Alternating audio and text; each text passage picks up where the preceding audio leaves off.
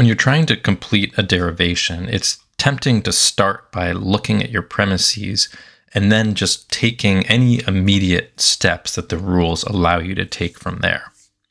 For instance, if you've got a conjunction among your premises, then you might start by just deriving each of its conjuncts.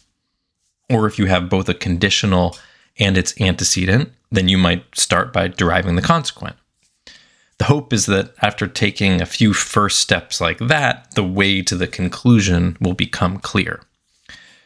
But while that strategy might work out fine in some cases, it also has its limits. One problem is that there are times where there won't be anything obvious that you can do with your starting premises. If your strategy is to just start doing what you can with the starting premises, then you'll get stuck in those cases.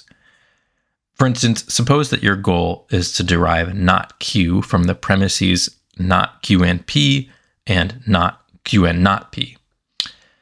Here, there's nothing obvious to do with the premises. There's no conjunction here from which we could then derive both conjuncts.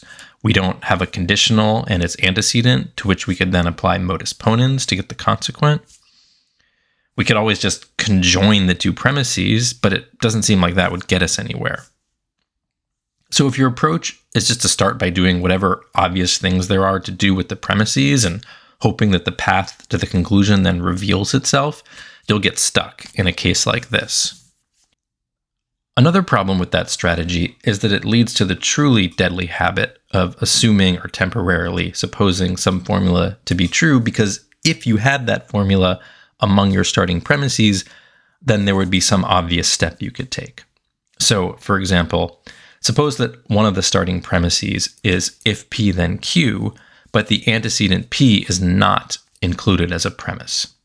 In a case like this, people who are used to just looking at their starting premises and taking whatever obvious steps are available often find themselves thinking, well, if I had the antecedent P, then I could derive the consequent Q.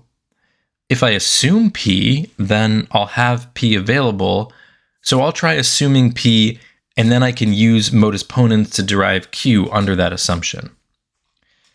That may feel like some kind of progress, and no incorrect steps have been taken yet, but it's very likely that the decision to start a subproof with P as the temporary supposition will just be a dead end. You never want to assume some formula just because if you had it, then you could take some step that you currently can't. That's not going to work out well. To succeed at constructing proofs, you want to start not by just making whatever obvious moves you can make with your premises, but by devising an overall outline for what the final proof could look like, and then trying to fill in the details. Often that means starting by paying close attention to your conclusion rather than your premises. For example, let's return to the problem where you have to derive not Q from not Q and P and not Q and not P. The first thing to notice is that the conclusion is a negated formula. It's the negation of Q. How can I derive the negation of Q? Well, I can try to use the reductio rule. If, from the temporary supposition that Q is true, I can derive absurdity, then using the reductio rule, I can conclude not Q. So here I've started a subproof with Q as the temporary supposition, not because if I had Q, then I could combine it straight away with my premises to do something, but because of where a subproof starting with Q and ending with absurdity would ultimately lead, which is to the negation of Q. Now I have a broad outline for what I'm hoping my final proof will look like. My next step is to figure out how I'm going to derive absurdity inside of the subproof. To derive absurdity, I need both a formula and its negation. Looking at my premises, I have both the negation of Q and P and the negation of Q and not P. So if I can derive either one of those conjunctions inside the subproof, then I'll be able to derive absurdity. So let's try aiming for the conjunction Q and P. I don't yet know exactly how or even if I can derive that conjunction, but that's okay. I'm just putting together an outline of what my final proof might look like. Now, I know that I can derive the conjunction Q and P if I have both conjuncts separately, and I already have Q at line 3, so I would just need to derive P within the subproof. Can I do that? There's no immediately obvious way to do it, but what about assuming the negation of P and then deriving absurdity? That would get me not P back in the original subproof, which would get me P by applying the double negation rule. So let's try that. And again, note that we're starting a subproof with an idea in mind of where it's ultimately going to lead, which is to not P, and not for any other reason. Now, can I derive absurdity within this new subproof?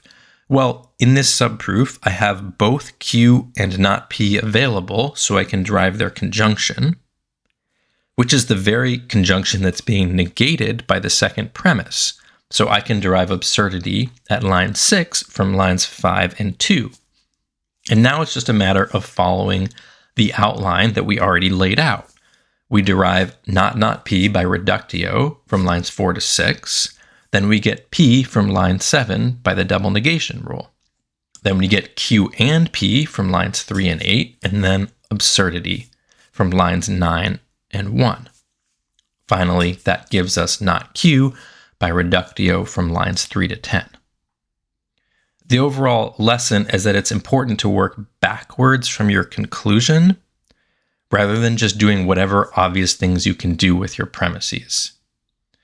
Try to figure out what is such that if you had it, then you would be one quick step away from your conclusion.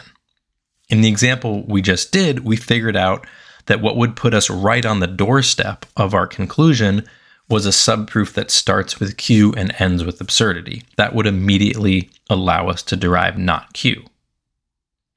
Once you figure out what would put you one step away from your conclusion, then you ask what would put you one step away from that. In our example, we noted that to get a subproof starting with Q and ending with absurdity, we just needed to arrive at the conjunction Q and P within that subproof, because we could use that in combination with the first premise to derive absurdity.